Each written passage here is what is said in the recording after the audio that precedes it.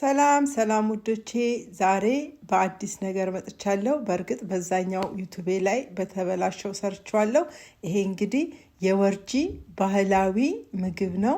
ላንቴት ይባላል። ውዶቼ እንግዲህ ኤክስፕሌን አደርግላችኋለሁ እንዴት እንደሚሰራ እንመልከት። በመጀመሪያ እንግዲህ ኦሊቭ ኦይል አድርጌ ድስቱን ሞቅ አረገውና ከዛ በኋላ ሽንኩርት እጨምርበታለሁ። ውዶቼ እኔ ሽንኩርት በብዛት ከትፌ ፈጭቼ ፍሪዘር ውስጥ ነው ማረገው። ከፍሪዘር አውጥቼ ትንሽ ሞቅ ብሎ ነው እንግዲህ ይሄ በየቀኑ ሽንኩርት አልከትፍም እና እንደዚህ ሽንኩርት እናረግበትና ብዙ ትንሽ ስለሆነ የምሰራው ትንሽ ሽንኩርት ነው ማረገው።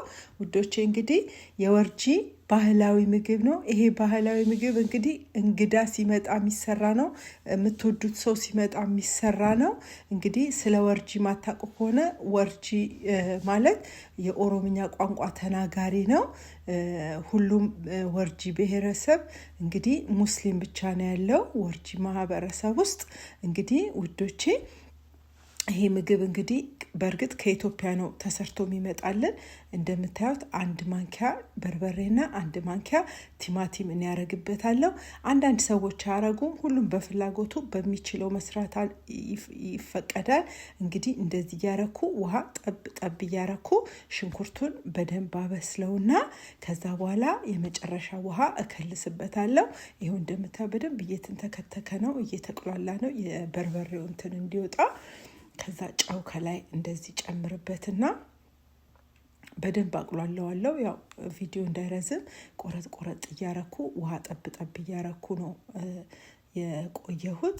ከዛ በመጨረሻ እንደዚህ በደንብ ያው ያስታውቃል እንግዲህ ታውቃላችሁ ሽንኩርት ሲል እንደዚህ መብሰሉን ሳቅ ውሃ ጨምርበታለሁ። የመጨረሻ ደረጃ ውሃ ማለት ነው። የምትሰሩትን ያህል ነው። እንግዲህ ይሄ ምግብ እኔ ውጭ ሀገር ስለሆነ የምኖረው የሚመጣልኝ ከኢትዮጵያ ስለሆነ ብዙ አልሰራም ውዶቼ። ትንሽ ነው የምሰራው እንዳያልቅብኝ። ምክንያቱም እዚህ መስራት አይቻልም። ይሄ ምግብ መውቀጥ ምናምን ያስፈልገዋል። አሳያችኋለሁ። ላንቴቱም ደ እዚህ ጋር እንግዲህ የመጨረሻ ውሃ ጨምሬ አሁን ወደ ላንቴቱ ሄጃለሁ። ላንቴቱ እንግዲህ በዱቄውና የሚሰራው እንግዲህ በፉርኖ ዱቄት ነው።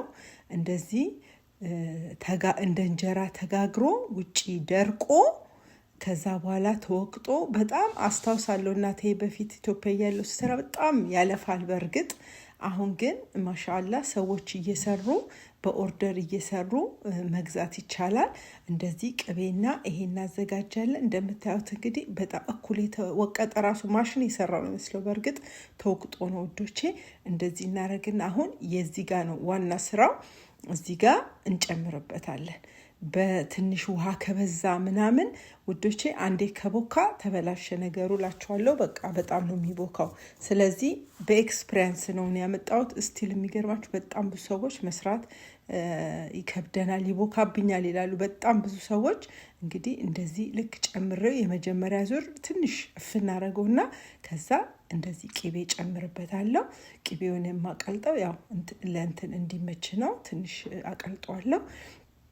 እንደዚህ አድርገን እንሸፍኗለን። ይሄ የመጀመሪያ ዙር ነው እንግዲህ አሁን ትንሽ እንግዲህ ቪዲዮን ስላፈጠንኩት ነው እንጂ 5-10 ደቂቃ አቆይቼ የመጨረሻውን 15 ደቂቃ ነው ያቆየሁት።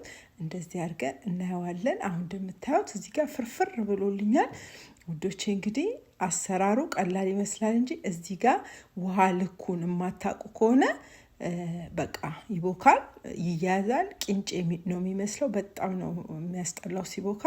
ለዛ ብዙ ሰው እስካሁን ይጠይቀኛል እንዴት ቻልሽበት ይሉኛል። ከብዙ ኤክስፒሪየንስ በኋላ ነው ውዶቼ። እንግዲህ እንደምታዩት አሁን እዚህ ጋር ፐርፌክት ሆኗል ማለት ነው። ፍርፍር ብሏል። በጣም ቆንጆ ሆኗል። እንግዲህ እንደማልኳችሁ ይሄ ምግብ ለእንግዳ የሚቀርብ ነው፣ ለቁርስ የሚቀርብ ነው። ኢትዮጵያ በእንጀራ ይቀርባል፣ በዳቦ ይቀርባል። እኛ እንግዲህ ውጭ ሀገር ያለነው ሰዎች ባገኘነው ነው የምንበላው። ይሄ እንግዲህ በሱ አጠገቡ አድርጌ ነው። እንደምትወዱት ተስፋ አረጋለሁ። እንግዲህ ውዶቼ በጣም አመሰግናለሁ። ባይ